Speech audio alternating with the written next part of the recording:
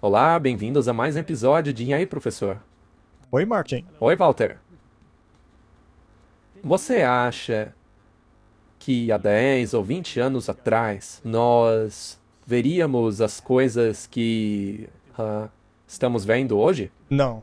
Nós sempre especulávamos e pensávamos a respeito dessas coisas. Sabe, eu provavelmente já li tudo o que você possa imaginar sobre Daniel e Apocalipse. Existem todos aqueles simpósios teológicos nos quais os teólogos de topo do mundo vão para falar sobre o assunto.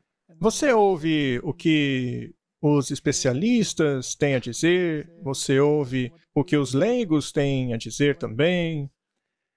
E aí você tenta digerir alguma coisa a partir de tudo aquilo. Sim. Mas a verdade é que a gente nunca entende o processo até que ele finalmente começa. Aham. E até mesmo depois que ele começa, não quer dizer que você já entendeu tudo, Sim. mas se você tiver uma compreensão geral, de forma que possa dizer, bem, isso se encaixa na narrativa bíblica. Isso faz algum sentido. Mas, mesmo assim, como eu disse, não é tão fácil compreender ou categorizar os fatos. Mas aí o tempo vai passando e todas aquelas coisas que você disse no passado, todos os fatos que você tentava encaixar, você vê que nada daquilo se perde no fim das contas. Mas você passa a olhá-los com lentes diferentes. Porque a profecia se desenrola continuamente. Exatamente. Sim, Tá. Então, é por isso que é tão importante esta conversa aqui. Nós não tínhamos discorrido ou planejado isso, não. mas Deus sempre traz essas coisas. E após o último episódio, no qual falamos sobre a imagem da besta, como a vemos desenrolar hoje, e aliás, é claro como o sol que está acontecendo. Então nós mencionamos que talvez seja a hora de revisitar algumas profecias da Bíblia, apenas para ver para onde estamos indo e como vai se desenrolar isso. E é por isso que faremos o episódio de hoje.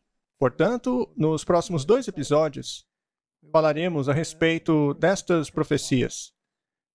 E você sabe o que costuma se dizer em casamentos?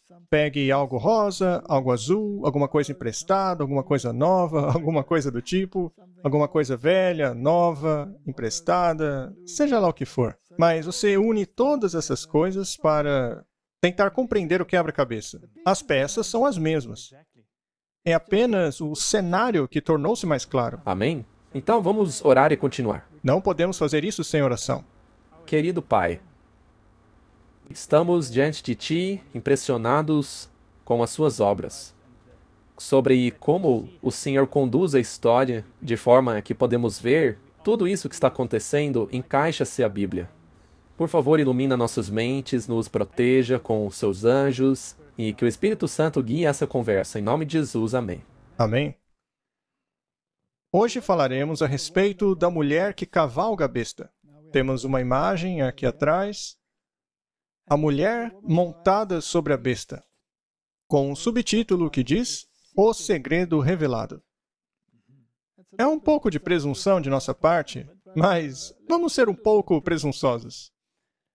Agora, é bem óbvio que essa mulher retrata alguma coisa. Ela é certamente muito rica, considerando as joias em suas mãos. Ela também parece ser vulgar, devassa, e através de seu rosto, ali no fundo, vemos o Vaticano. Então ela está naturalmente associada ao Vaticano. Tem uma cruz ali em cima no topo. Portanto, trata-se de um sistema político-religioso. Segredo e mistério. E ela está com seus olhos tapados. Isso porque há um segredo ali, há um mistério. Talvez ela não queira que você olhe na janela da alma dela, Pois é. porque você pode descobrir coisas desagradáveis. Mas vamos dar uma olhada nesta mulher e discutir a respeito de toda a questão que se desenvolve sobre o mistério da iniquidade na Bíblia. Sim, porque o diabo trabalha muito duro para desviar o foco da verdadeira identidade dela. Sim, tem muitas coisas aí fora. Tem uma aqui, outra ali. Um monte de ideias estranhas, não é? Portanto, precisamos tomar cuidado, temos que ser cuidadosos para não construir uma teologia em contrafação. E isso pode acontecer facilmente. Sem dúvida, veja a história de Israel. Isso é construir uma teologia sobre uma contrafação. E uma vez que se começa a construir essa teologia em contrafação, você pode acabar sendo pego em questões do Oriente, da Turquia, etc. A Bíblia é muito clara, nos revelando quem é o problema. E o problema é esta besta terrível, que precisamos identificar. E isso tem que ser feito de uma vez por todas. E também há nuances como o Rei do Norte, o Rei do Sul, e tudo isso faz parte deste cenário final. Vamos dar uma olhada então. A mulher que monta sobre a besta. Quando os livros de Daniel e Apocalipse forem melhor compreendidos, os crentes terão uma experiência religiosa completamente diferente. Lhes serão dados vislumbres dos portais abertos do céu, de forma que o coração e a mente serão impressionados com o caráter que todos devem desenvolver para perceberem a bênção que será a recompensa do puro de coração. Existem muitos detalhes nessa declaração aí. É verdade, tem mesmo. Você também não acha? O que ela diz aí é que temos que compreender o livro de Apocalipse, não é? Sim, E isso, por sua vez, terá uma consequência no coração. Será uma nova experiência religiosa. E ela, ao dizer aqui melhor compreendidos, devemos entender então que há uma progressão nessa compreensão. os eventos do livro vão sendo compreendidos. Sim. E se compreendermos esses livros e vermos o mistério da iniquidade e o compararmos ao mistério da divindade, então perceberemos que tipo de caráter devemos desenvolver para ir para o céu, que é muito contrastante com o caráter daqueles que não vão para o céu. Exato. Seremos impressionados com o tipo de caráter que devemos desenvolver. Então, a profecia, apesar de serem fatos se desenrolando, também causam um efeito no coração. Claro, sem dúvida. Elas mudam o coração para melhor. Se você entender, durante o seu estudo de profecias, que você está lidando ali com a palavra do Deus infalível, isso naturalmente vai te dar confiança naquela palavra. É a pura verdade. E eu já ouvi pessoas dizerem que nós não deveríamos utilizar a Bíblia ou os livros de Daniel e Apocalipse a fim de provar a história. Mas é exatamente o oposto. Exata. E por quê? Porque através disso você tem um entendimento melhor de como nós deveríamos estar nos relacionando com Deus para irmos para o céu. Correto? Então, com isso em mente, vamos começar. A besta de Apocalipse 17 e a mulher que a monta. Apocalipse 17, verso 1. E um dos 7 anjos que tinha as 7 taças aproximou-se e me disse: Venha, eu lhe mostrarei o julgamento da grande prostituta que está sentada sobre muitas águas, com quem os reis da terra se prostituíram. Os habitantes da terra se embriagaram com o vinho da sua prostituição. Bem, a descrição da besta não é necessariamente o que vemos aqui nessa imagem, mas é uma besta de 7 cabeças. E foi um dos 7 anjos que tinham as 7 taças que foi até João dizendo: Venha e eu lhe mostrarei algo. Sendo assim, aonde estamos no curso da história? Bem, isso daí deve ser logo antes das pragas começarem a cair. Muito bem, então isso nos leva ao fim dos tempos. Exato. Agora, essa besta naturalmente está muito ocupada. Portanto, trata-se de um período antes do fim do tempo de graça, mas muito próximo do fim, pois o anjo já está com a taça em sua mão para derramar a praga. Ele está prestes a fazê-lo. Então, nós avançamos aí no curso da história. E sabemos que uma mulher, biblicamente falando, representa uma igreja nas Escrituras. E sabemos que essa igreja possui relacionamentos ilícitos com os reis da terra, ou seja, os governantes.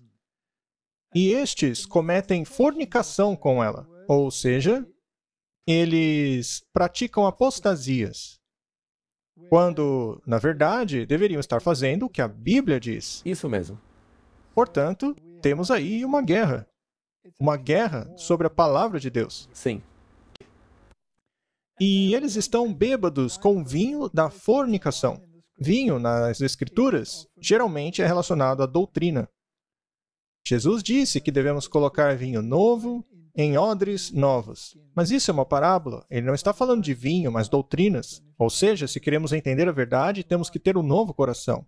Precisamos nascer de novo para compreender esta nova verdade. Mas esse vinho aí da prostituta é enganoso, é uma falsa doutrina.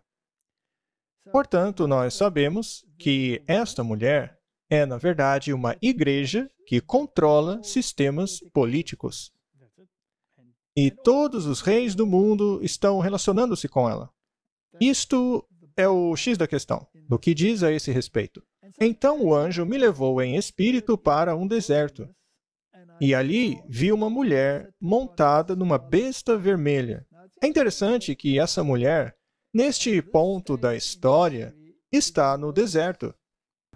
Isso também revela aonde isso acontece no curso da história. Sim, ela foi tomada de seu assento de autoridade para ser isolada no deserto. Mas ela continua sendo uma mulher perversa. Porém, aí ela está num deserto. E eu vi uma mulher sentada numa besta escarlate. Essa cor escarlate é interessante. Com ela podemos traçar paralelos na Bíblia. Para saber quem é a mulher? Bem, é uma besta escarlate, ou seja, uma besta vermelha, e é cheia de blasfêmias. Em que outra parte do livro de Apocalipse são mencionadas blasfêmias? Lá no capítulo 13. Além disso, também vimos que o chifre pequeno de Daniel 7 também blasfemava. Ou seja, são a mesma coisa, apenas em fases diferentes. Cheia de nomes de blasfêmia, e tinha 7 cabeças e 10 chifres. Muito bem. Então, essa mulher está montada na besta, que tem 7 cabeças e 10 chifres. Temos que compreender as cabeças para encontrarmos os chifres. Sim. Temos que voltar na história para ver de onde vêm as cabeças e de onde vêm os chifres. E para isso, você tem que voltar no livro de Daniel. É como se fosse uma chave. É como se fosse uma chave, e Daniel nos diz onde surgiriam os 10 chifres. Esses chifres surgiriam por ocasião da queda do Império Romano. E dentre esses chifres, ainda surgiria o chifre pequeno. Então, na verdade, são 11 chifres. Mas falaremos sobre isso. E, de acordo com as Escrituras, um chifre também é uma entidade política, ou o rei que representa a entidade política. É a Bíblia que faz essa definição. E a mulher estava vestida de roxo e vermelho, e adornada com ouro e pedras preciosas e pérolas, tendo um cálice de ouro em sua mão, cheio de abominações e imundícias de sua fornicação. Esta dica é muito boa. Não dá para errar tendo essa dica. É uma mulher muito rica. Sim. Como mostra a nossa imagem aí, é uma mulher muito rica. Na verdade, provavelmente a mais rica de todas as igrejas. Na verdade, mais até do que os reis. Provavelmente mais rica que qualquer entidade deste planeta. Ela tem um cálice dourado em sua mão, cheio das abominações e imundícias de sua fornicação. Há apenas uma igreja no mundo que se autorretrata como uma mulher com um cálice dourado na mão. E essa é a Igreja Católica, o catolicismo romano. E isso é um fato. Temos aqui essa estátua lá no Vaticano, onde uma mulher segura um cálice de ouro. Não dá para ser mais claro do que isso. E ela não tem a menor vergonha de dizer que ela é os ouvidos dos reis do mundo. E ela se orgulha desse fato.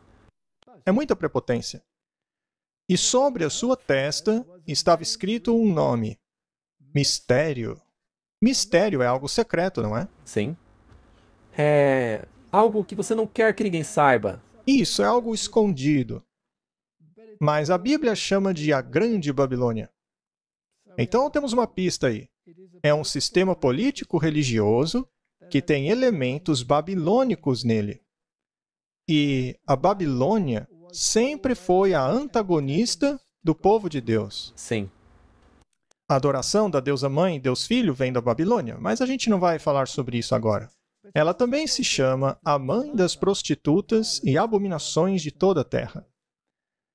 Agora, se ela é uma prostituta e alega ser a mãe de todas as outras prostitutas, isso quer dizer que ela é a mãe de todas as outras igrejas que também estejam em apostasia. Suas filhas. A igreja que se relaciona com essa mulher automaticamente se torna uma prostituta, porque é impossível estar em harmonia com Deus se você também está em harmonia com ela.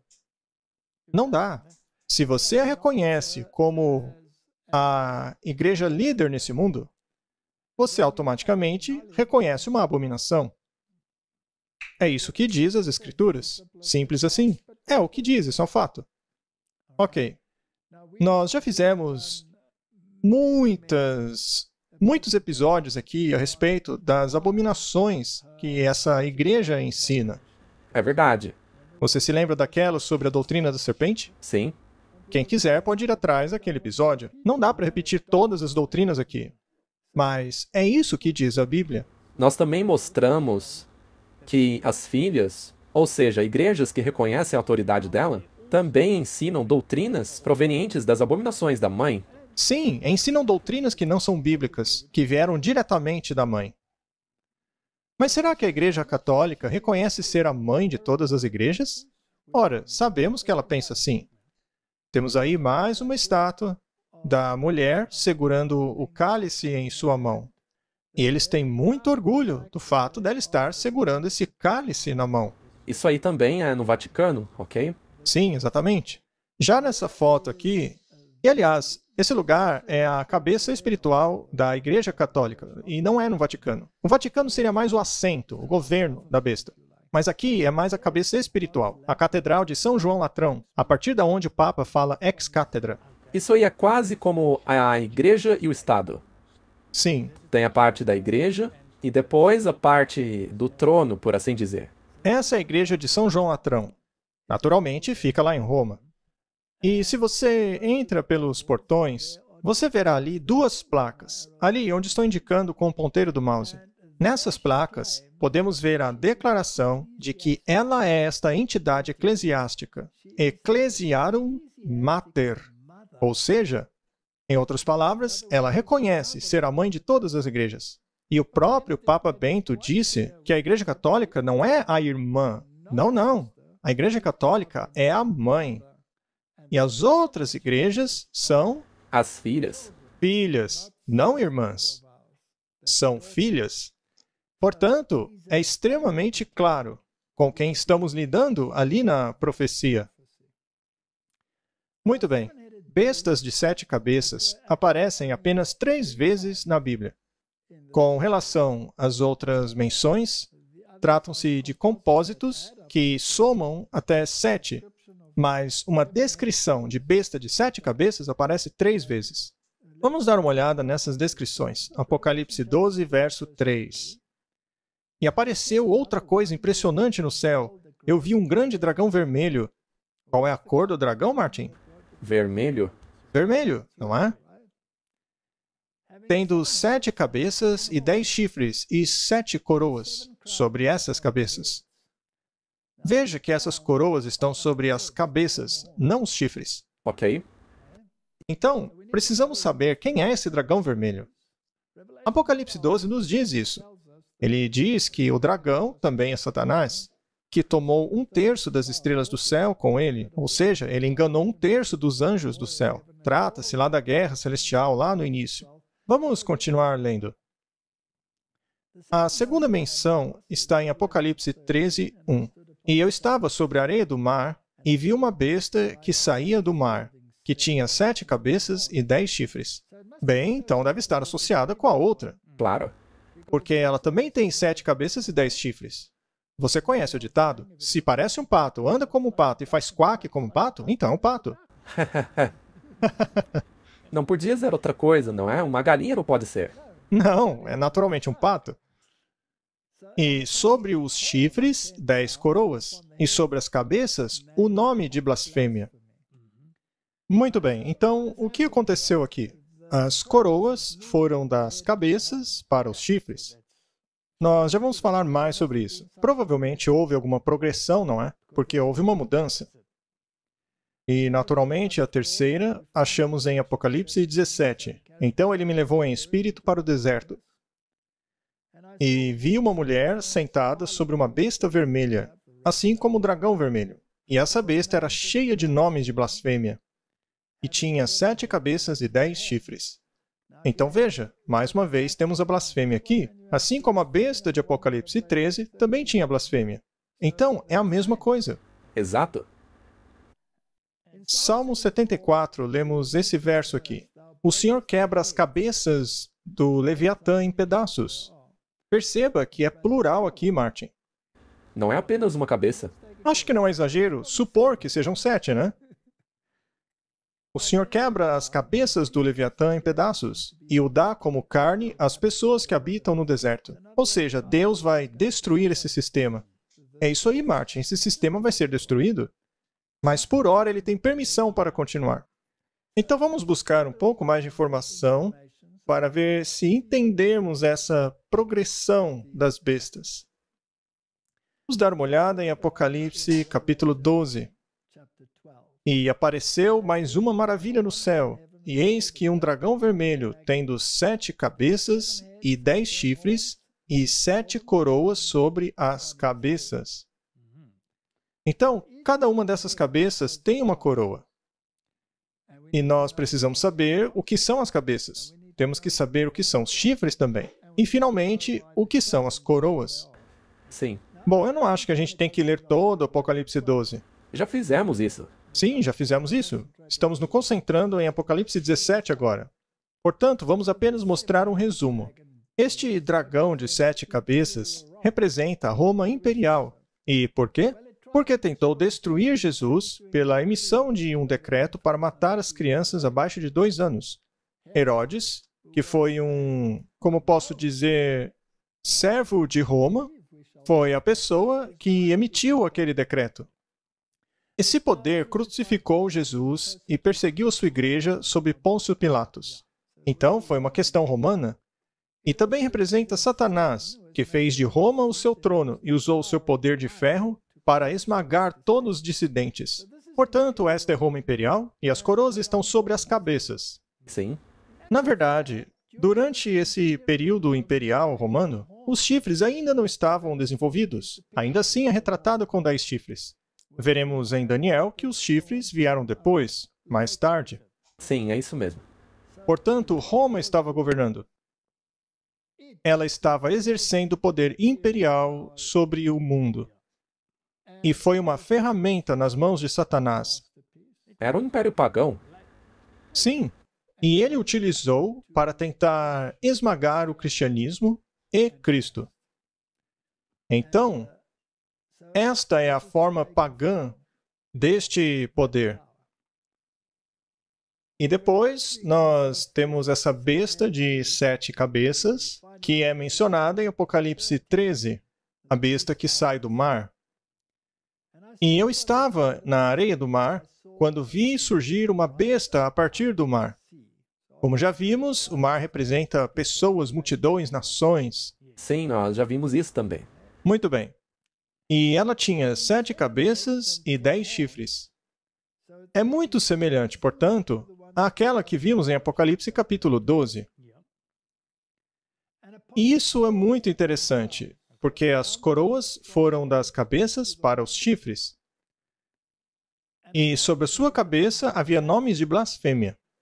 Isso é muito interessante, porque, de acordo com Daniel capítulo 7, a primeira besta que surge é Babilônia. Babilônia foi conquistada pela Medo-Pérsia, e o símbolo utilizado para Babilônia é o leão. A Medo-Pérsia conquista a Babilônia. O símbolo da Medo-Pérsia é o urso. A Medo-Pérsia é conquistada pela Grécia, e o símbolo desta é o leopardo de 4 cabeças. E finalmente vem o monstro terrível. E dele surgem 10 chifres. E aí no livro de Daniel, nos é dito que os 10 chifres são 10 reis que surgiriam a partir deste reino. Porém, 3 se opõem a outro poder, que é o poder do chifre pequeno, Sim, que começa a crescer. correto?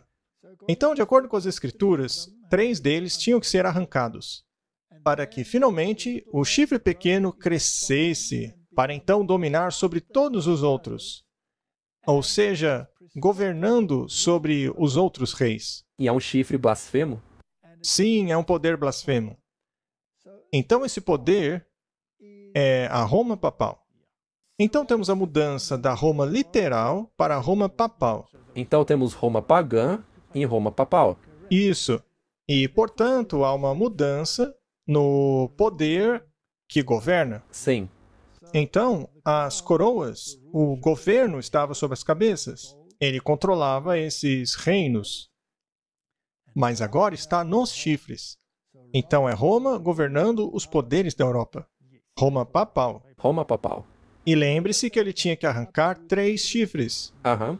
Martin, se você calcular um pouquinho, se tinha 10 chifres e 3 foram arrancados, quantos sobraram? 7? 7. Então havia 7 chifres. Mas aí surgiu um chifre pequeno que tornou-se preeminente. Sim. Ele ficou poderoso. Ele os dominou, basicamente. E quantos chifres no total? 8? Qual seria então o número daquele pequeno chifre? 8. O número atrelado àquele chifre pequeno é 8, não é? 8. Correto? Muito bem. E a besta que vi era como um leopardo, e seus pés eram como os pés de um urso, e sua boca como a boca de um leão. O dragão deu a ele o seu poder, seu trono e grande autoridade. O dragão estava lá em Apocalipse 12. Ele representa o diabo, mas também representa Roma pagã. Será que a Roma pagã, historicamente, deu a sua autoridade e o seu trono de poder ao Papa? Sim. Sim. 100%. E, no fim das contas, o Papa se tornou o líder. Então, de acordo com os decretos dos imperadores romanos, desde Justiniano até Constantino, esse poder que Roma possuía dentro da esfera política e que foi dado ao papado. E o papado começou a governar como poder supremo, uma vez que a oposição oferecida por essas 3 nações europeias foi eliminada. Sim. Os Érulos, os Ostrogodos e os Vândalos foram eliminados. Os últimos foram os Ostrogodos. E então ele tomou a cadeira papal e tornou-se poderosíssimo rapidamente. Isso foi no ano 538 depois de Cristo, que foi o começo dos 1260 anos em que ele governou a Europa com punho de ferro. Sim. A coroa estava sobre os chifres. Ele governou sobre todos os poderes europeus. Ele governou como o 8º chifre. Ele governou como o 8º chifre. Seu número era 8. Dos 10 reinos, 3 caíram, e ele, como o 8º, cresceu poderosamente. E essa parte também nos diz aonde estamos no curso da história. Isso, temos aí uma progressão, não é? E sabe o que é interessante, Martin? É que todos os outros que foram conquistados por poder militar. A Babilônia foi conquistada pelos Medo-Persas, os Medo-Persas conquistados pelos gregos, os gregos conquistados pelos romanos.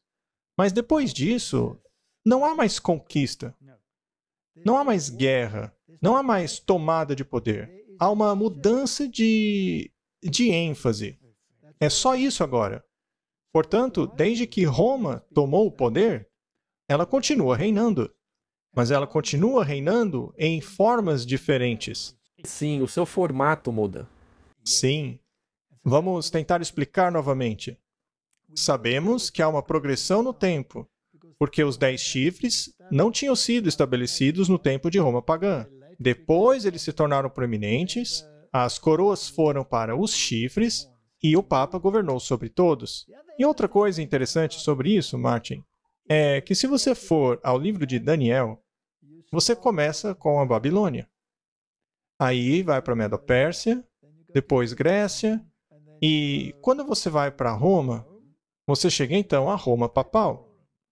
Bem, aqui está em reverso, porque vemos o leopardo, que é a Grécia, depois o urso, que é a Medo-Pérsia, aí o leão, que é a Babilônia. Então está invertido. Neste ponto da história, nós estamos olhando para trás. Sim, tudo isso aí já aconteceu. Já aconteceu. Estamos olhando na sequência reversa. Já aconteceu. Então, nós temos certeza de que não estamos lidando com criaturas diferentes. Estamos lidando com uma sequência no tempo. E é muito importante compreender isso. Apocalipse 13:3. E vi que uma de suas cabeças estava como se tivesse ferida de morte. Ou seja, de alguma maneira, em uma de suas formas, ela perdeu seu poder. Mas é interessante porque a Bíblia diz como se tivesse ferida de morte. Ora, por que a Bíblia simplesmente não diz que uma de suas cabeças foi ferida de morte? Porque não estava morta. Ela não morreu, porque essa besta ainda existe. Então, parece que foi ferida de morte. Parece que foi ferida mortalmente. E aí nós temos uma nova progressão, que é o fato da ferida ter sido curada, e o mundo passou a se maravilhar após ela. Então temos uma morte aparente e uma ressurreição. Isso é ao longo do tempo. Apocalipse fala através de uma progressão no tempo, com várias fases da mesma entidade e poder. Isso é muito importante, porque as pessoas começam a aplicar essa progressão a diferentes entidades. Mas isso não está correto. Esse é um ponto muito importante, Martin. Você não pode trazer novas entidades. Você não pode aí, por exemplo, que a China se encaixe aí. Não. Você não pode fazer isso. Você não pode dizer que a Turquia se encaixa aí. Você não pode dizer que os palestinos se encaixam aí. Porque nós estamos lidando com a entidade romana. É para ela que estamos olhando. Então, uma de suas cabeças estava ferida. Recebeu uma ferida mortal. Mas quando foi que isso aconteceu? Historicamente, isso aconteceu em 1798, quando o poder do Papa foi removido, o seu poder político. Porém, a Igreja, por algum tempo, parece ter perdido seu poder. Mas, na verdade, ela não perdeu. Já já falaremos sobre isso. Então, essa ferida seria curada. Ou seja, o poder que ela tinha quando as coroas estavam sobre os chifres será dado de volta a ela. Ou seja, ela mandará novamente nos governantes. E, ao fazer assim, estarão adorando o dragão, que deu poder à besta. E adoraram a besta, dizendo: quem é como a besta? Quem pode fazer guerra contra ela? O que mais podemos aprender disso aí? Eu acredito que se você seguir os ditames desta besta, você estará sendo mais obediente a ela do que ao Deus da Bíblia. Sem dúvida. É isso aí. E a outra pergunta é: quem é capaz de fazer guerra contra ela? Essa besta deve ser muito poderosa. Na verdade, essa pergunta é uma declaração, que quer dizer que ninguém pode fazer guerra contra ela. Ninguém, ele tem todo sob controle. Agora, isso é interessante, porque essa entidade não tem poder militar, exceto pela pequena guarda suíça. E, certamente, ela não oferece ameaça a nenhuma nação. Não. Portanto, de onde vem o poder da besta e como ela o exerce? E é muito óbvio que ela tem poder, porque ela diz: você não pode me tocar, no contrário, eu te destruo. Não é? Ninguém pode fazer guerra contra ela. Também aprendemos outra coisa, que na progressão do tempo, eles pegaram certas nuances e aprimoraram seu poder. Se você pega, por exemplo, Daniel capítulo 2, essa progressão é retratada lá por meio de metais. Sim. Me refiro à estátua, você vai do ouro, depois prata, bronze e ferro. Agora, o valor do metal vai caindo, mas a força vai aumentando. E isso é importante. A prata é menos valiosa que o ouro, o bronze menos que a prata, e o ferro menos que o bronze.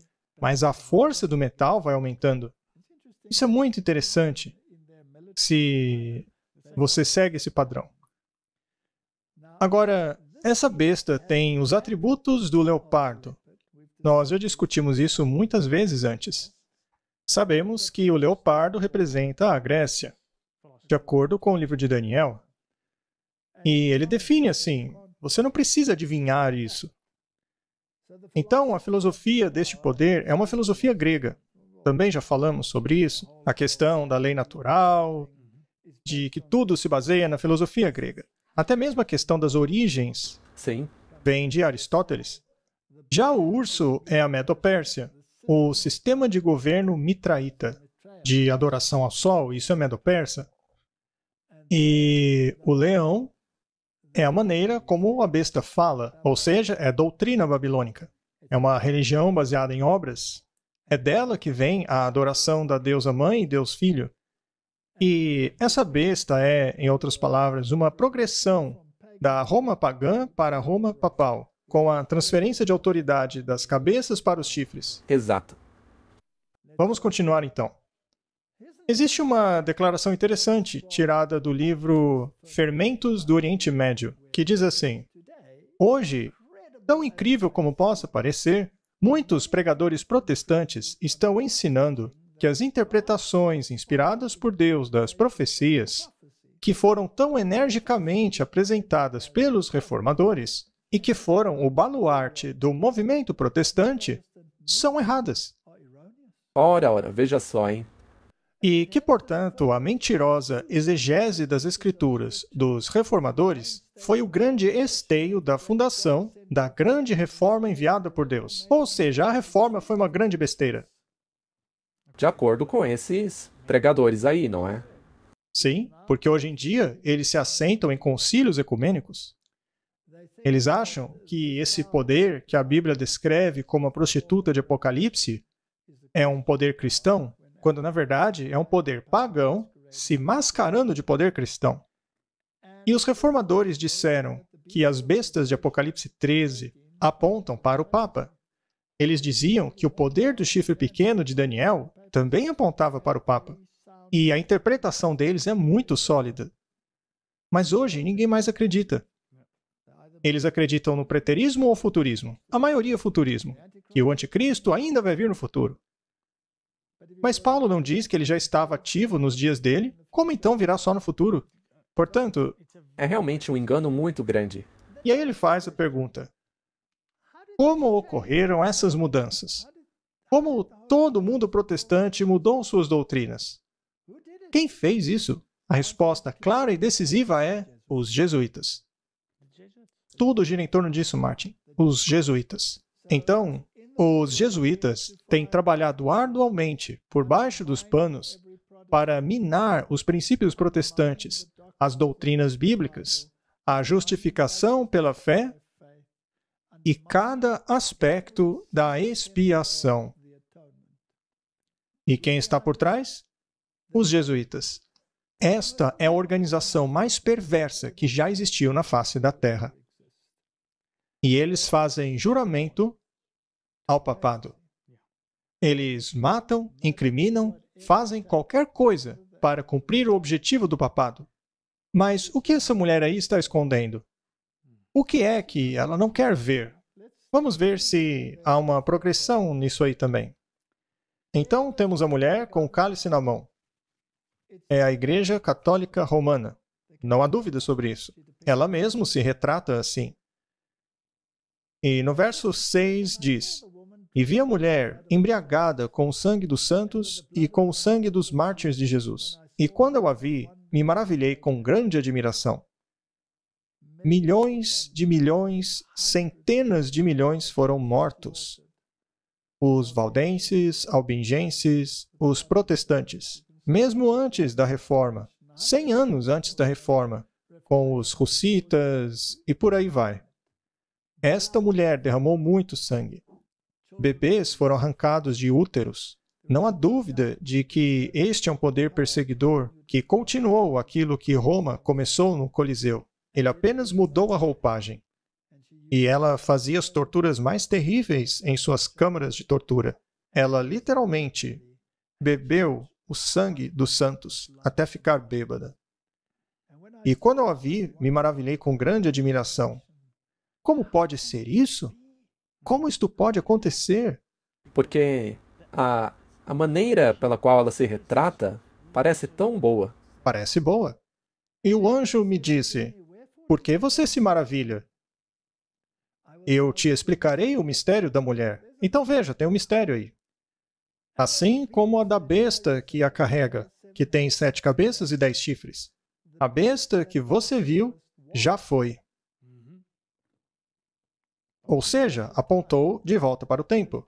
Apontou de volta para Apocalipse capítulo 13. E se você quiser ir ainda mais adiante, aponta para Apocalipse capítulo 12. Então a besta era, mas não é. Então, neste ponto, quando a profecia aconteceu, quando o anjo estava prestes a derramar a taça, historicamente falando, ela está num estado de não ser. Mas então surgirá do abismo profundo e irá até a perdição. E aqueles que habitam na terra se maravilharão. Aqueles cujos nomes não foram escritos no livro da vida da fundação do mundo, quando contemplarem a besta que era, que não é, mas que ainda assim é. É uma charada isso aí, não é? Com certeza. É uma bela charada. Vamos decifrar isso aí. Essa besta já foi um poder político. O interessante é que essa besta não tem coroas. Não. Não há coroas na besta de Apocalipse 17. Em Apocalipse 12 estava nas cabeças. No capítulo 13 estava nos chifres. E agora já não tem mais coroas. Porque ela não está governando. Vamos colocar de uma maneira diferente, Martin. Parece que ela não está reinando. Exato. Isso é parte do mistério. Mas naturalmente ela está governando, porque ela monta a besta. Quem controla as nações quando se cavalga a besta? A pessoa que está montada nela. Exatamente. Aqui está ela governando. Agora, quantas cabeças ela tem? 7? 7? A mulher tem uma cabeça? Sim. Então é 8. Então, se você acrescentar a cabeça dela, Dá 8? qual é o número do chifre pequeno? 8. É óbvio, não é? Porque havia 10, 3 foram arrancados, sobraram 7. Ela então tem proeminência e torna-se o oitavo. Essa mulher é a oitava cabeça. Não seria o mesmo poder que o chifre pequeno? O mesmo poder. Muito bem. Este é um enigma muito interessante. E, você sabe, a humanidade tem tentado desvendar isso por muitas vezes. Há muitas exegeses sobre o tema de quem são as cabeças. Uns dizem que começa no Egito, depois a Síria. Mas nesse caso, por que você acrescenta uns e deixa outros de fora? Então é complicado. Vamos ficar apenas com o que as Escrituras dizem. Sim. Deixa a Bíblia falar. Sabe, Martin, eu gosto de ler. E, às vezes, a gente lê muitas coisas que não fazem sentido. Às vezes, você lê algumas coisas que fazem muito sentido, mas são tão complicadas que não dá para assimilar. Tem muitas nuances. Se você ler alguns dos simpósios, o que um diz, o que outro diz, então você acaba ficando muito confuso e acha que ninguém vai entender essa profecia final. Mas às vezes você esbarra em explicações bastante simples. E você pensa, sabe, às vezes você não precisa beber necessariamente do copo dos teólogos. Talvez você possa beber de outros poços também e procurar chegar a uma conclusão sua também. É isso aí. Tem alguns livros que eu tenho lido recentemente que são muito simples. Ainda assim, eles são tão iluminadores. Eu li um livro de Steve Wallberg, A Mulher Sanguinária e a Besta de 7 Cabeças. É um livro pequenininho, mas é escrito com muita lógica.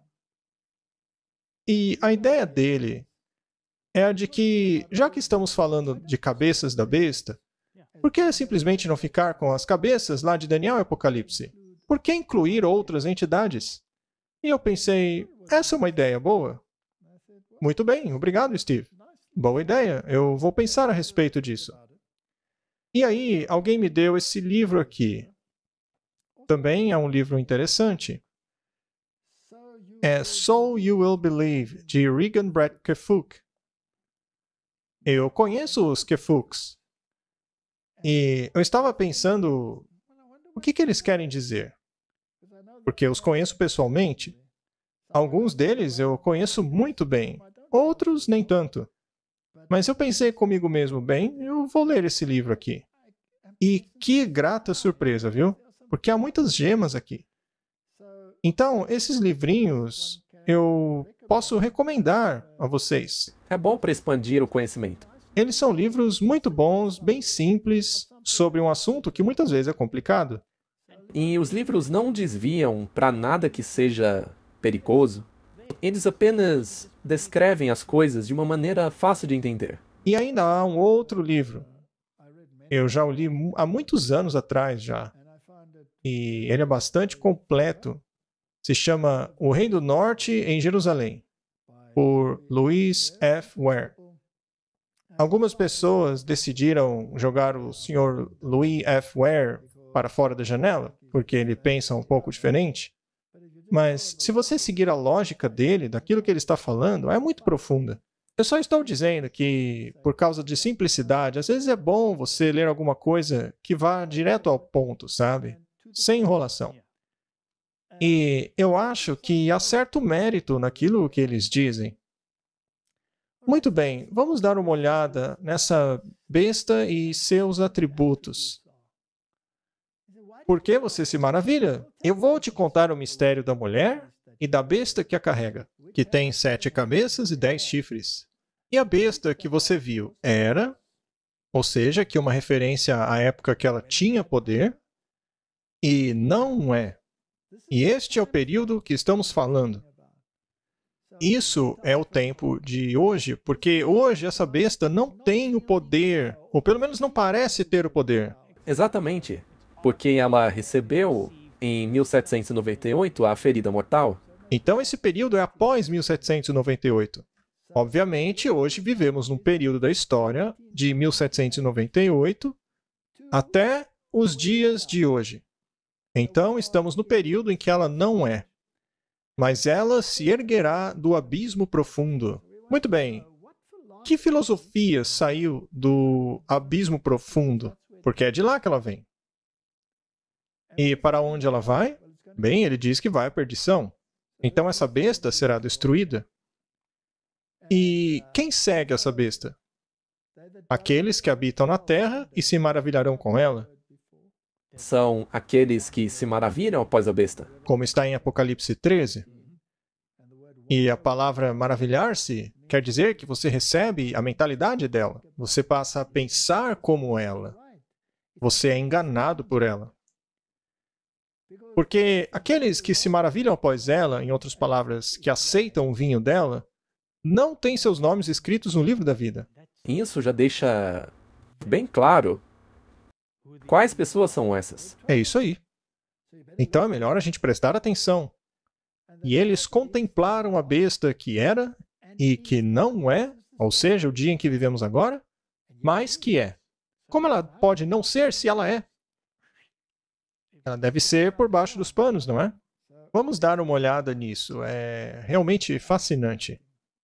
E aqui está a mente que tem sabedoria. Daniel diz que nenhum dos perversos vai entender isso, mas que os sábios entenderão. E os sábios têm os seus nomes no livro da vida, não como os outros. Agora, o que torna você sábio?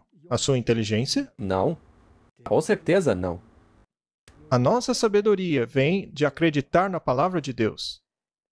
Lembre-se quando você disse que é dali que vem toda a santidade, em concordar com a palavra de Deus. Mas se você crê na palavra de Deus e não a faz, você é um hipócrita. Então, aqui está a mente que tem sabedoria. As 7 cabeças são 7 montanhas. Bem, essa é uma descrição bem clara, não é? Sim, com certeza. Não há muito que se discutir. Quando a Bíblia, em Daniel, diz que existem 10 chifres, e que esses 10 chifres são 10 reis que surgiriam, ou 10 reinos, A Bíblia dá as duas definições, então é isso que eles são. E aqui temos 7 montanhas.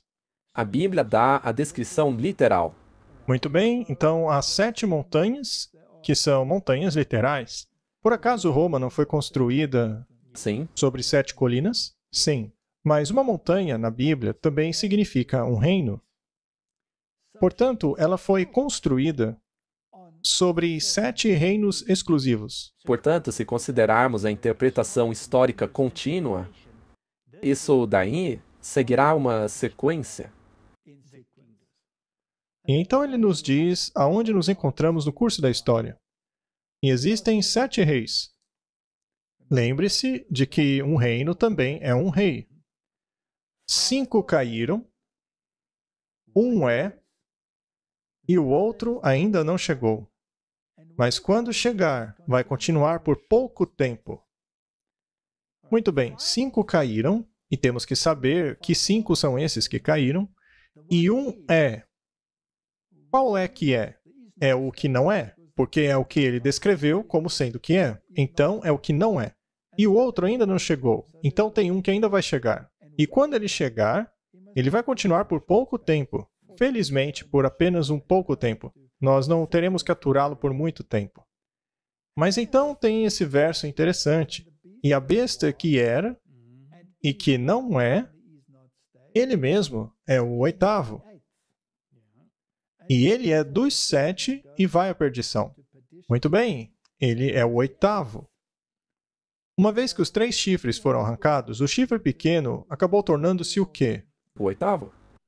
E se essa mulher se assenta em uma besta com 7 cabeças, a cabeça dela seria a 8ª. Muito bem, então 8 é um número interessante, não é? Certo, se usarmos apenas a besta como retratada em Daniel e Apocalipse, ou seja, a gente corta todas as outras possibilidades com as várias exegeses que existem por aí, sem contar Egito, sem contar Síria, sem contar nenhuma delas. Apenas o que Daniel e Apocalipse nos deu. China, Rússia. Deixar tudo isso de fora. Apenas o que Daniel e Apocalipse nos mostram. Então, as 5 que caíram, neste ponto aqui, seria a Babilônia, a Medo-Pérsia, a Grécia e Roma. Roma pagã e também Roma papal. Isso porque ela está no estado da ferida mortal. Isso, atualmente. Então, essas são as 5 que caíram. Uma é. E esta deve ser o papado ferido, porque não há coroas nas suas cabeças ou chifres. Mas lembre-se, apenas parece que foi uma ferida mortal. Então, ela está governando por trás da cortina. Sim, ela está governando, mas você não sabe. Sim, as pessoas não sabem que é ela que está governando. E não é para as pessoas saberem mesmo. Ela não quer ser percebida. Sim, O que o olho não vê, o coração não sente. Não seria muito conveniente que as pessoas achassem que o anticristo não existe mais e que não tem poder nenhum? Aí ele não seria mais um problema. Neste caso, nós estaríamos errados. sim, e o anticristo ainda teria que vir. Ou talvez ele já está no passado, aí também não precisamos nos preocupar com ele. Mas se ele será destruído pelo brilho da vinda de Jesus, como ele pode estar no passado? Pois é. Talvez ele esteja vindo no futuro, então. E se for apenas o futuro, por que a Bíblia diz que ele é? Isso é um problema, não é? Muito bem, então se ela está montada na besta, quer dizer que a besta existe. A besta é o poder político, não é? Um existe. Deve ser o papado ferido, que pareceu ter uma ferida mortal e estava governando através de um proxy. A ferida mortal foi feita em 1798 pela França. A França também é introduzida na forma de uma deusa ateia de governo secular durante a Revolução Francesa. E atacou as 2 testemunhas de Deus, o Antigo e o Novo Testamento. Tudo isso está em Apocalipse capítulo 11. E nós não vamos fazer uma exegese sobre esse capítulo agora. Não temos tempo. Precisamos nos concentrar nesta mulher. Ainda assim, vamos ler Apocalipse capítulo 11, verso 7. E quando eles, as 2 testemunhas, terminaram o seu testemunho, a besta que surgia do abismo profundo fará guerra contra eles, e os vencerá e os matará.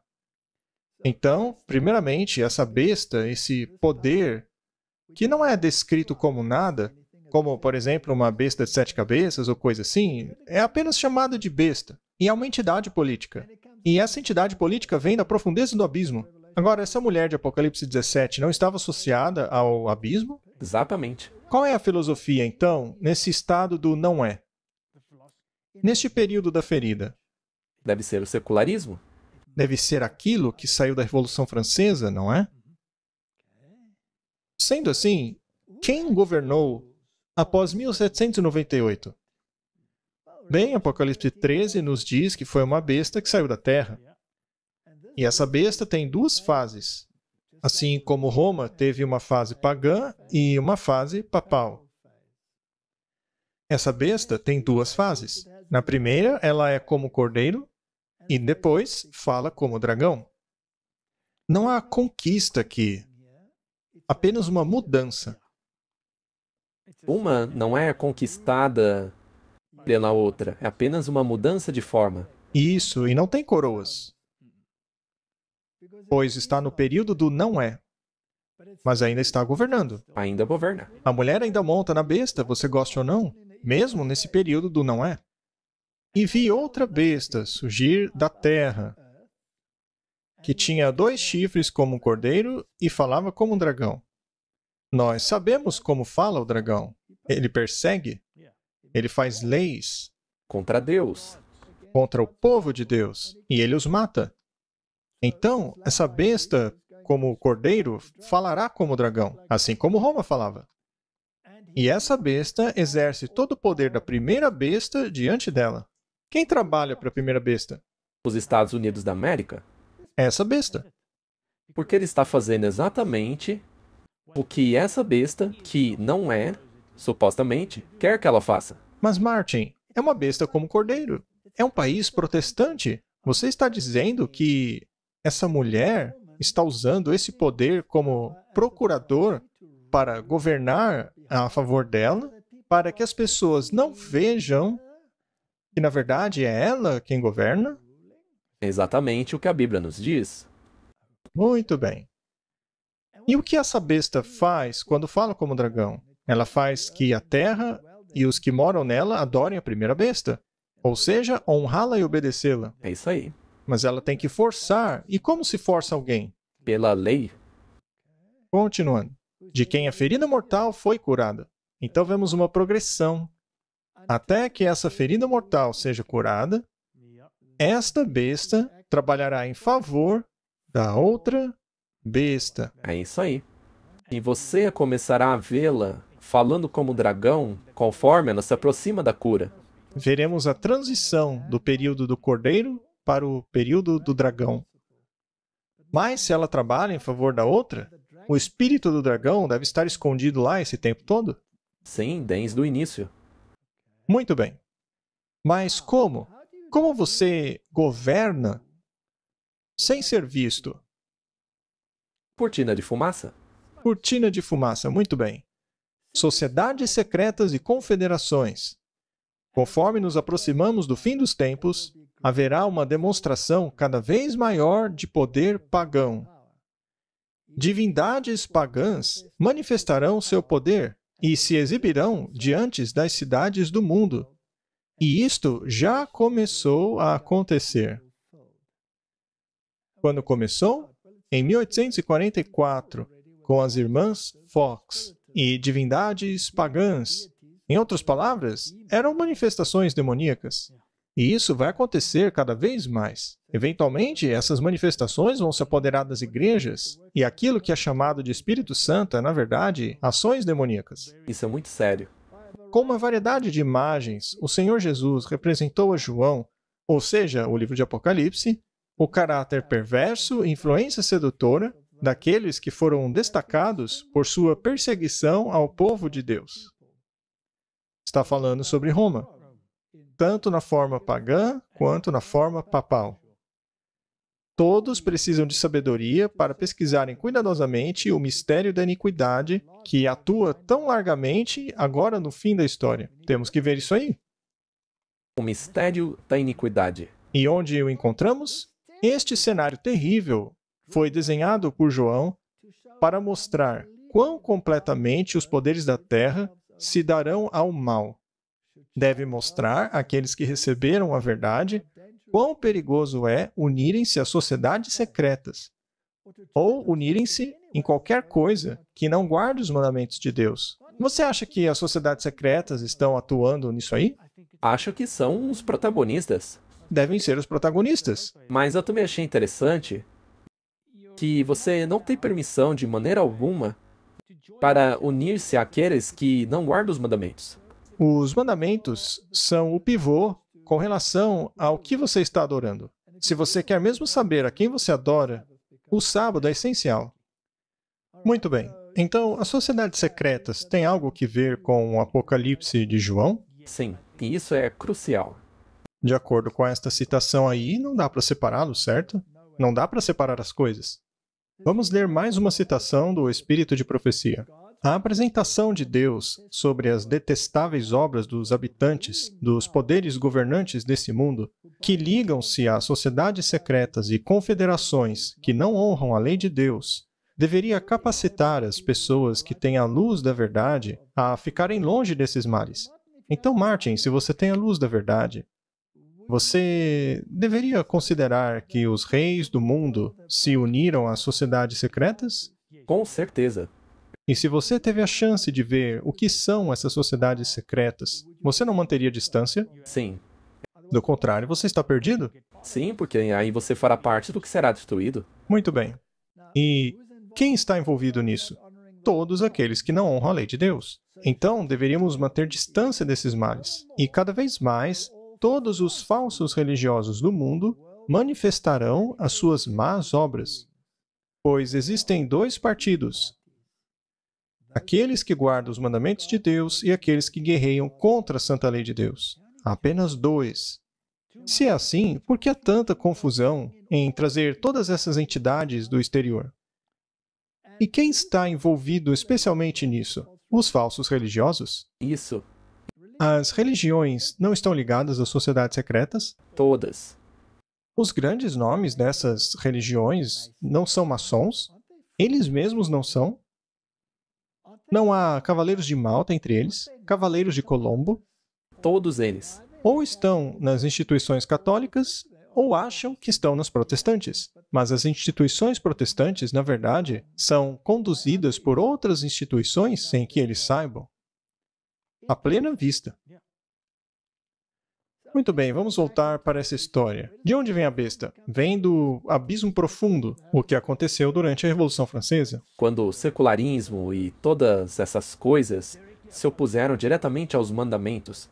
Daniel, capítulo 11, verso 40 diz: "E no tempo do fim, o rei do sul se voltará contra ele." Então, o rei do sul o atacaria. Atacaria a quem? O rei do norte. Sim. E quem é o rei do norte? O rei do norte é o papado. Sim.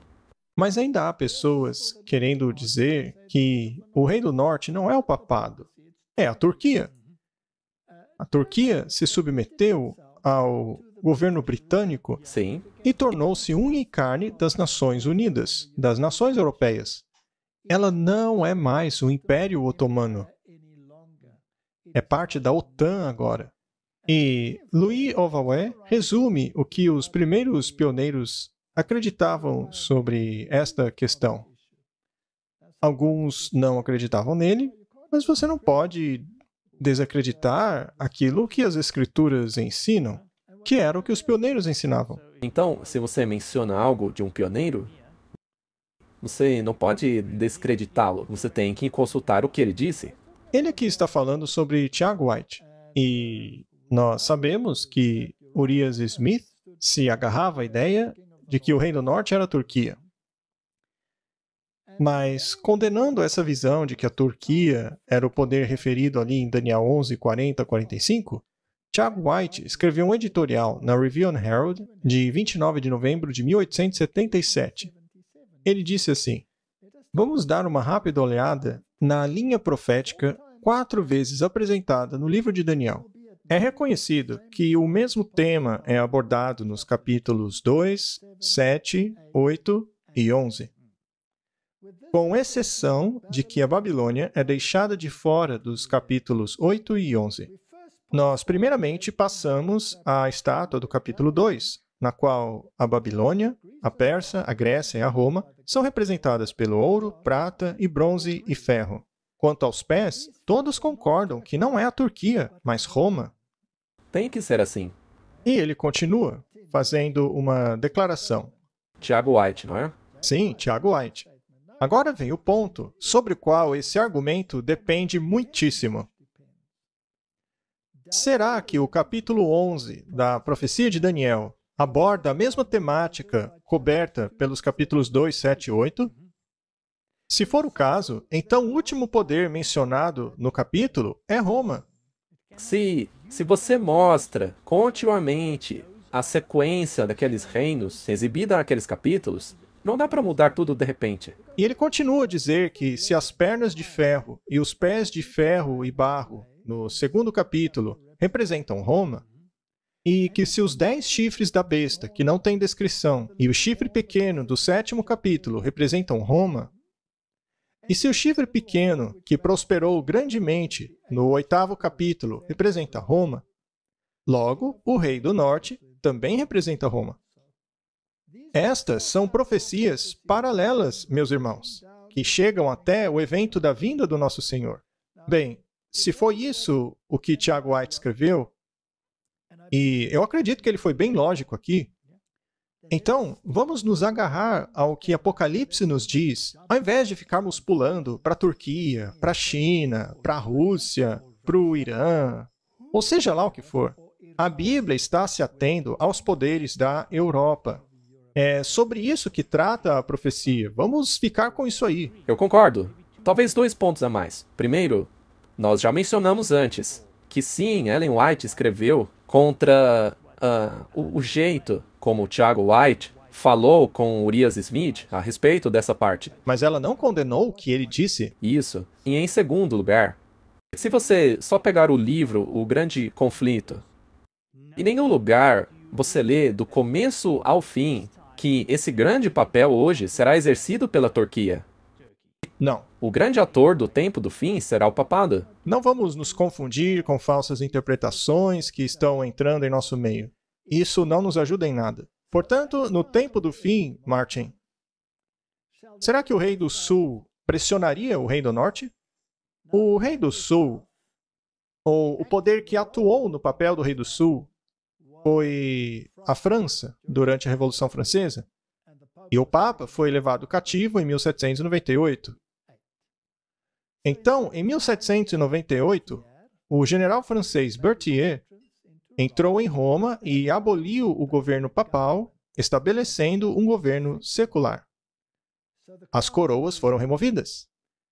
Ele não tem mais poder. A besta entrou em seu estado de não é, mas como entidade política, tá? E isso foi retirado da Enciclopédia Americana, da edição de 1941. Agora, vamos dar uma olhada nos grandes jogadores. E uma figura muito importante dessa coisa toda foi Napoleão Bonaparte. Aqui, nesse artigo da grande loja maçônica de British Columbia e Yukon, eles falam a respeito de Napoleão e a maçonaria. E o artigo diz: a questão sobre se Napoleão Bonaparte foi um maçom ou não nunca foi decidida. Alguns rumores dizem que ele se tornou maçom na ilha de Malta. Alguns escritores tendem a acreditar que ele foi apenas instruído historicamente. A única coisa certa é que ele aprovava essa instituição e astutamente a tornou subserviente de seus próprios propósitos. E ali do lado tem uma nota muito interessante. Napoleão e a Revolução Francesa. A evidência em favor de uma iniciação maçônica anterior à ascensão de Napoleão ao título imperial é muito forte. E são os próprios maçons dizendo isso. Sim, eu só queria mencionar que eles normalmente têm orgulho de dizer que essas figuras são maçons. A iniciação ocorreu no corpo de um exército da loja maçônica Filadélfia, em Acócias, do rito primitivo de Narbonne. A terceira iniciação da École Communiquée, sendo um avanço naquele rito. Essas iniciações ocorreram entre 1795 e 1798. Interessante, não é? Portanto, a julgar pelo que a própria maçonaria diz, será que Napoleão tornou-se maçom? Com certeza. Muito bem, vamos continuar nossa pequena saga histórica. Vamos continuar com as afirmações da Grande Loja Maçônica. 15 de agosto de 1769 a 5 de maio de 1821. Nascido na Córcega, Napoleão Bonaparte foi treinado nas escolas militares de Paris. Ele foi promovido a general depois do cerco de Toulon em 1793. Ele liderou as tropas na maior parte da Europa e, em 1798, no Egito. Voltando para a França, ele foi nomeado primeiro cônsul depois da Revolução. Ele conquistou o Egito em 1798. Ele não se tornou o rei do Egito? Sim. Quando o Apocalipse diz que esse lugar é espiritualmente chamado de Egito, não é num sentido literal e figurativo? E quando diz Sodoma, quer dizer licencioso? A França não era licenciosa? Muito. E não estava associada ao Egito? Sim. Muito bem. Napoleão fundou o Banco da França, reformou o sistema de impostos, restaurou a igreja, aprimorou o sistema educacional. Veja que ele restaurou até mesmo a igreja. A mulher da besta não estava bem? É isso aí.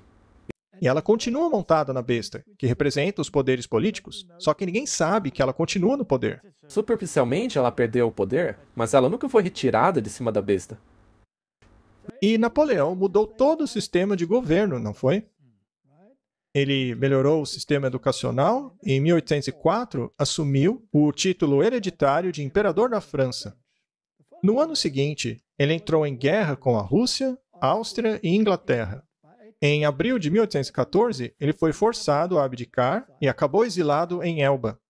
Ele tentou reconquistar seu império em 1815, mas foi derrotado na Batalha de Waterloo.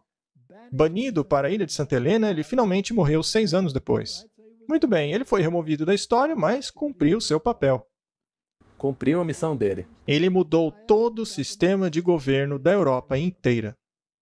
Certo? Revolução Francesa. As ideias da Revolução Francesa. Então ele fez um papel muito importante no sentido de tirar as coroas dos 10 chifres. Muito bem, isso mesmo. Ele removeu as coroas dos chifres.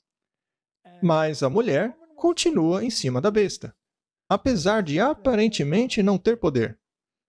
Muito bem, mas se ele era um maçom, será que não existe mais evidências disso? Vejamos outra fonte bem interessante aqui. O curioso é que Napoleão Bonaparte nomeou seus irmãos a cargos maçônicos. Louis foi nomeado vice-grão-mestre em 1805, Jerônimo foi feito grão-mestre da Westfália do Grande Oriente, o mais velho, Joseph, foi feito maçom na Tuileries em abril de 1805 e nomeado grão-mestre do Grande Oriente da França. E Lucien foi um membro do Grande Oriente da França. Todos os seus irmãos tornaram-se grandes maçons. Será que o próprio Napoleão não era maçom? Ora, se Napoleão conseguiu colocá-los nesses altos cargos, é porque ele mesmo fazia parte. É claro que ele fazia parte. E tem mais um negocinho interessante aqui. Isso foi tirado da Sociedade Napoleônica Internacional. Napoleão foi o primeiro líder da Europa a conceder liberdade, igualdade e fraternidade a todas as religiões. Então, quando este poder, Roma, governou, quando as coroas estavam nos chifres, qual religião tinha preeminência? Bem, o suposto cristianismo. Papal. Cristianismo papal. Mas em 1798, houve tantas guerras que o protestantismo acabou tendo lugar de destaque. E pareceu assim que o poder papal já era. Sim. E em muitos lugares, parecia que o Papa não tinha mais poder nenhum. Ele já era irrelevante. Mas como retomar esse poder? Bem, e se ele continuasse a governar a partir do abismo profundo? Exato. Por meio da filosofia do abismo profundo, sem que ninguém soubesse. É uma estratégia brilhante. E com a liberdade religiosa e igualdade entre todas as religiões, a mulher nunca seria banida. E foi exatamente o que aconteceu. A melhor maneira de fazer uma religião voltar à preeminência é pregar a igualdade religiosa para que aquela religião que foi excluída possa ser resgatada e aceita de novo. Muito bem. Liberdade, igualdade e fraternidade para todos. Neste desenho daquele período, Napoleão está concedendo liberdade aos judeus. É isso que podemos ver aqui na imagem.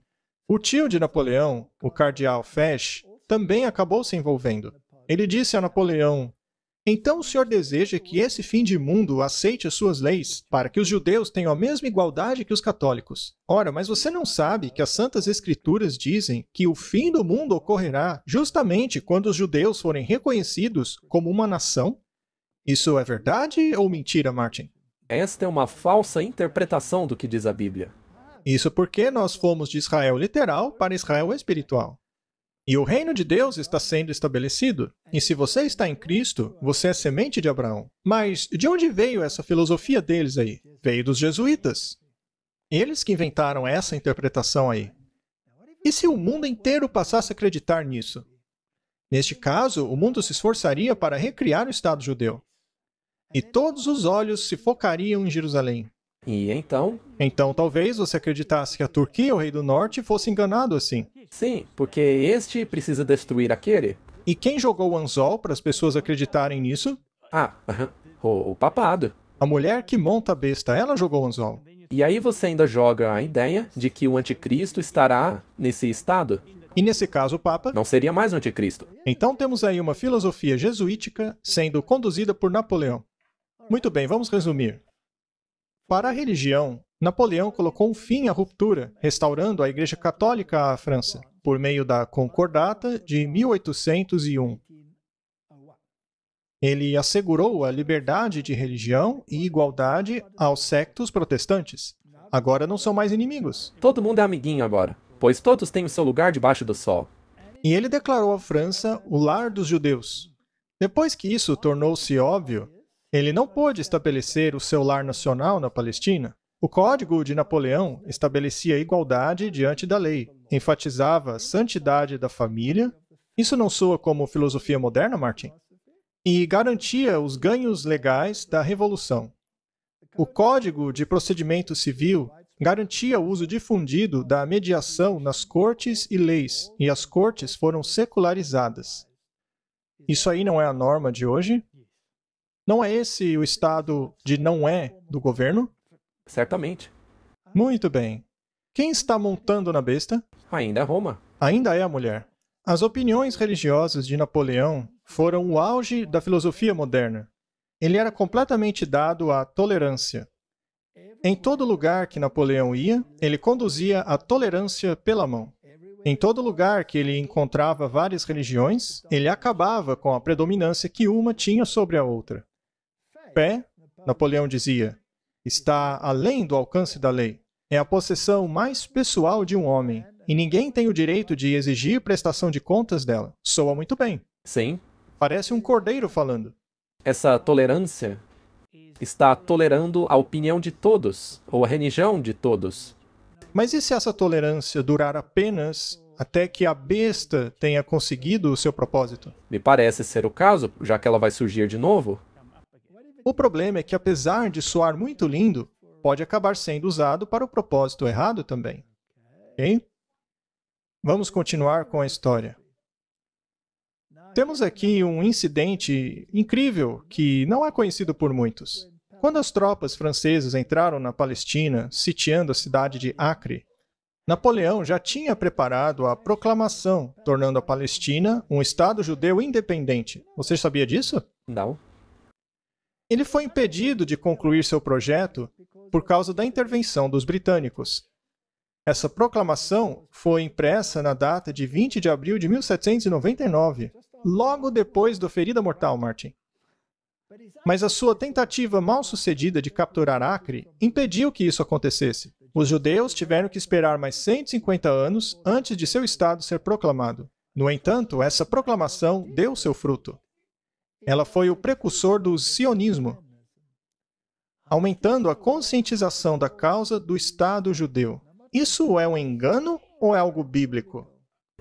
É um engano. Engano de quem? Ora, dos jesuítas? Dos jesuítas. A ideia expressada por Napoleão encontrou admiração de muitos que enxergaram nas tentativas napoleônicas o cumprimento da profecia bíblica. Essas pessoas foram os jesuítas que queriam desviar o estigma de anticristo do Papa, porque o futurismo e o preterismo saiu das penas dos jesuítas, Sim, para desviar o foco do Papa. que prevê a restauração dos judeus à sua terra. A ideia atraiu muitos adeptos, especialmente na Inglaterra.